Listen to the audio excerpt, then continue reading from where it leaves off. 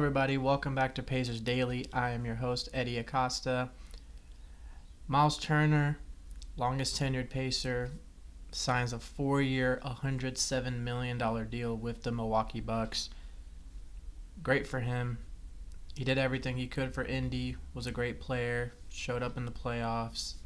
Not the best performance in the finals, but one of the best shot blockers that you could ever imagine. Averages of 14 and 7 as a member of the Indiana Pacers.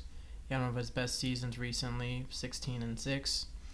But I personally don't understand why the Pacers didn't risk going over the luxury tax for Miles. This is a very doable deal. It's about $25.25 million a year. That's not awful. They knew that they were going to have to try and go over the luxury tax, but the Pacers weren't offering anything more than 3 years, which was a little crazy to think about. But Milwaukee, to get a player like Miles Turner, released Damian Lillard. So there is a lot of crazy stuff actually going on in the NBA right now. Like, obviously Lillard is out for the season, but you don't expect a team to just flat out release a Hall of Famer, someone who, when healthy, is still one of the best players in the NBA. But also, Turner going to the Bucks, to one of our biggest rivals, kind of sitting a little weird with Pacer fans. But personally, I want to congratulate him. Indy's own. He homegrown, been here since 2015. Back-to-back Eastern Conference Finals, starting center. So, great for him. But for the Pacers, after years and years of trade rumors, if you really didn't want to bring back Miles, there should have been a trade made. But now you let Miles walk for absolutely nothing. And that kind of just throws everything off beat for the Pacers, or for whatever we had left of the 2026 season. And that just brings me to my next point. We're just sitting ducks in free agency right now. We haven't done anything but re-sign Tony Bradley and lose Miles Turner. As of right now, we've made no trades, no signings, and we lost our center. So, not that the Pacers are normally a very active team in free agency, but we've seen the Hawks, the Pistons, the Kings, the Nuggets, the Magic. We've seen a lot of teams make some crazy good moves. The Grizzlies re-signing most of their players, bringing in Ty Jerome. But there's just no reason that the Pacers can't jump in and try to snag somebody, knowing that now, for right now, next season, who's going to start at center? Isaiah Jackson is going to miss at least a few weeks, if not a few months, with his Achilles injury still. So as of right now, our big starting center is Tony Bradley. So the Pacers must need to do something. I mean, DeAndre Ayton is still a free agent till tomorrow, but he's more linked to the Lakers than anything. So as of right now, it's not looking too good for Indy. I really would hope that they have a solution here in the next few days, because there's still a lot of free agents out there. Obviously, most of the big names are already on their way somewhere else or re-signing. There's still a few players that could be traded. Never know. Maybe a sneaky trade for Nikola Vucevic. I would have said Valanciunas, but Valanciunas was just recently traded to Denver. So there's a lot of work that still needs to be done by the Pacers in the front office to try to actually savor a little bit of the 2026 season. But now that kind of brings you to this: if the Pacers are quote unquote tanking in 2026.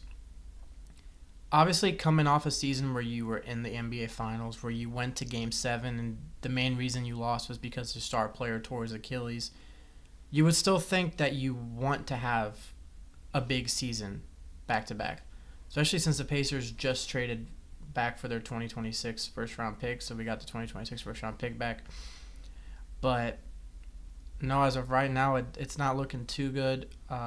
Yes, we're going to be depending on a lot of role players, a lot more than we have over the last few seasons, without Tyrese Halliburton being in the lineup. Nembhard's going to have to step it up.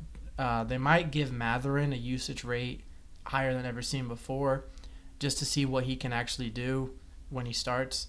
Neesmith's going to have a high usage rate, and for right now, Siakam's going to have to be the star of the team. It's going to be 20, 25 points a game needed out of Siakam. because now you don't have that floor spacer, that floor general, that person that can get everybody open when there's a double team brought. As good as Nemhard is in that, he doesn't do it like Halliburton does. Also, the bench is still good. Most of our players are already on contracts over the next few seasons. We have McConnell, we have Toppin, and so all our rookies are still on the rookie deals. But just kind of looking at how free agency is going and how Pacers have not yet made any big moves other than losing one of their franchise players. It just makes you question what direction are the Pacers actually going, because the first thing Brian Windhorst on ESPN said that the first thing that Hallie and Carlisle should be doing now that we lost Turner and him going to Milwaukee is he said they should be throwing stuff. Now, I don't fully agree that we should react like that. Now, is it okay for the players and the coach to be upset because Turner left for Milwaukee rather than going to like a Western Conference team? Yeah, it's understandable. But that's still a guy who's been here his whole NBA career. He pretty much grew up here. We watched him get better and just make a finals with us, win a Western Conference championship. But for my last little bit, just kind of trying to figure out what the direction for the Pacers is for 2026. As of right now, I personally can't say that we're a playoff team. Obviously, that can change over time to see what kind of moves we make, see if we can get healthier. We had a lot of injury issues at the beginning of 2024-2025 season. We had Nemhard out for a lot, Neesmith out for 30 games, Shepherd had an oblique injury, lost Wiseman and Jackson really early in the season. In the first 5 games, we lost both our backup centers, which is why Thomas Bryant and Tony Riley came in. And obviously now we have Halliburton out for all of 2026. Turner had his little fair share of injury problems, nothing too crazy. Halliburton, in and out, has had his injury last few seasons. But as of right now, the direction isn't looking the greatest. There's always be optimism because, this is a team that just came off a finals run. We're only 12 points out from winning a championship in Oklahoma. But when every other team around you, especially in the Eastern Conference, is getting better and you're not making moves, it's not going to look good in 2026 unless the Pacers are just trying to run it back and just see what their players can produce with someone like Halliburton out to see if they have star potential on this team, or maybe build up some trades. So if someone like Matherin has a crazy good season, but the Pacers don't want to pay him after his rookie deal is up, he can build up some trade momentum and get some good players out of that.